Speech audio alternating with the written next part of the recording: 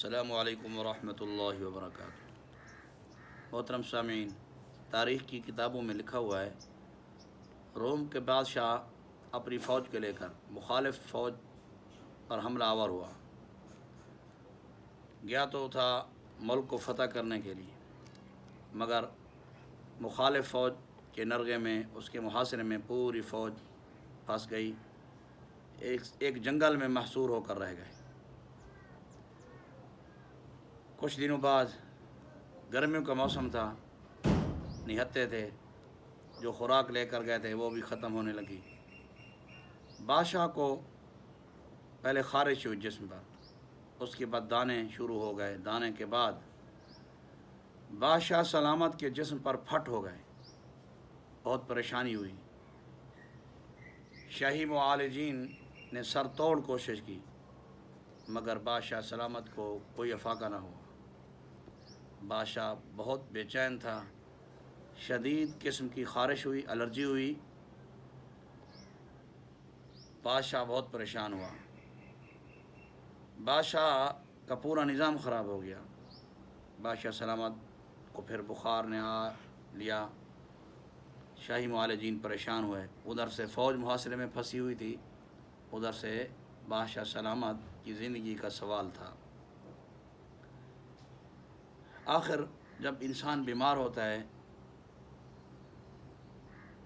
چارپائی پہ پڑا ہو انسان، بیمار انسان، پھر اسے دل کرتا ہے کہ وہ تھوڑا سا باہر دیکھے، باہر گھومے، لیکن وہ تو محاصرے میں تھا، خیمے میں پڑا ہوا تھا، جنگل، بیابان اور خیمہ، پھر اس کے اندر، خیمے کے اندر وہ لیٹا ہوا اور بیمار بادشاہ۔ جب انسان بیمار ہو تو وہ فیصلے بھی بیمار کرتا ہے، انسان صحت مند ہو تو جب انسان صحت مند ہو تو وہ فیصلے بھی اچھے کرتا ہے۔ خیر،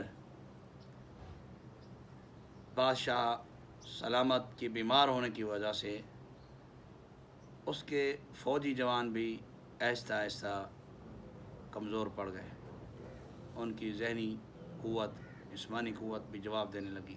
تھکاوٹ، مسلسل کئی ماہ سے جنگ کی وجہ سے وہ تھک چکے تھے، ادھر سے اس کی خوراک بھی کم ہونے لگی، خوراک ختم ہونے لگی۔ اب ہر بندے کے دل پر، ہر بندے کے ذہن میں، ہر بندے کی زبان پر یہ بات آتی تھی کہ بس ہم چند دن کے مہمان ہیں، اس کے بعد ہمارے جو مخالف فوج ہے وہ ہمیں پکڑ لیں گے، ہمارے ہتھیار بھی لے لیں گے، ہماری جان کا خطرہ ہے۔ لیکن بادشاہ سلامت ڈٹا ہوا تھا، اس نے کہا جب تک میں آپ کو آرڈر نہ دوں آپ نے ہتھیار نہیں ڈالنے۔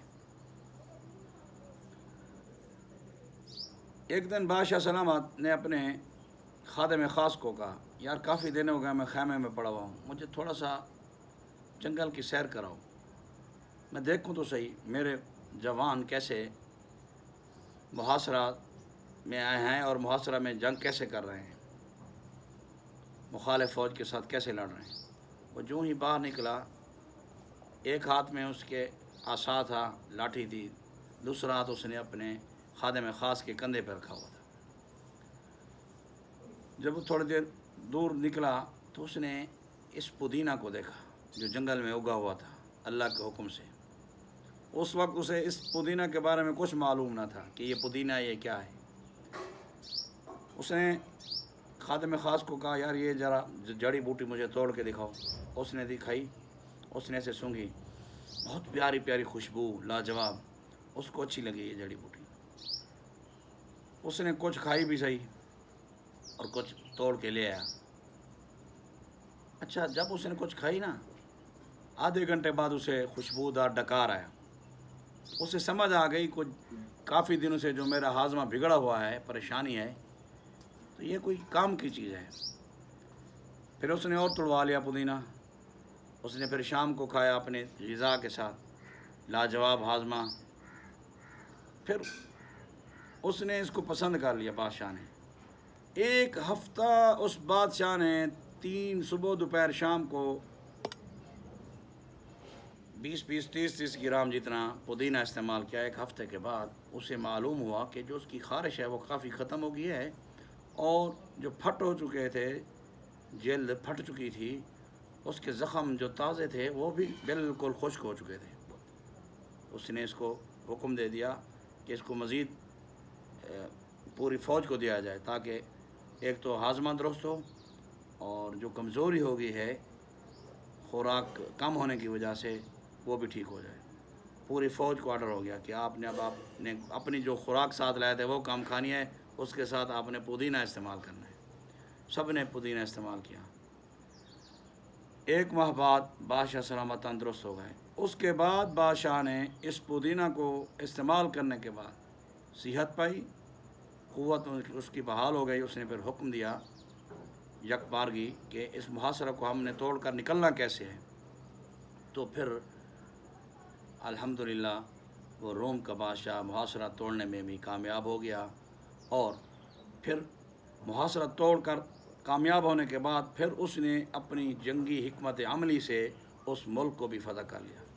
محترم سامعین، یہ واقعہ سنانے کا مقصد یہ ہے کہ یہ جو پودینہ ہے یہ کوئی عام چیز نہیں ہے، عام چیز نہیں ہے، یہ خاص چیز ہے۔ آقا صلی اللہ علیہ وسلم کی پسندیدہ جڑی بوٹی ہے۔ آپ اسے زندگی کا حصہ بنا لیں، اپنے گھروں میں لگائیں۔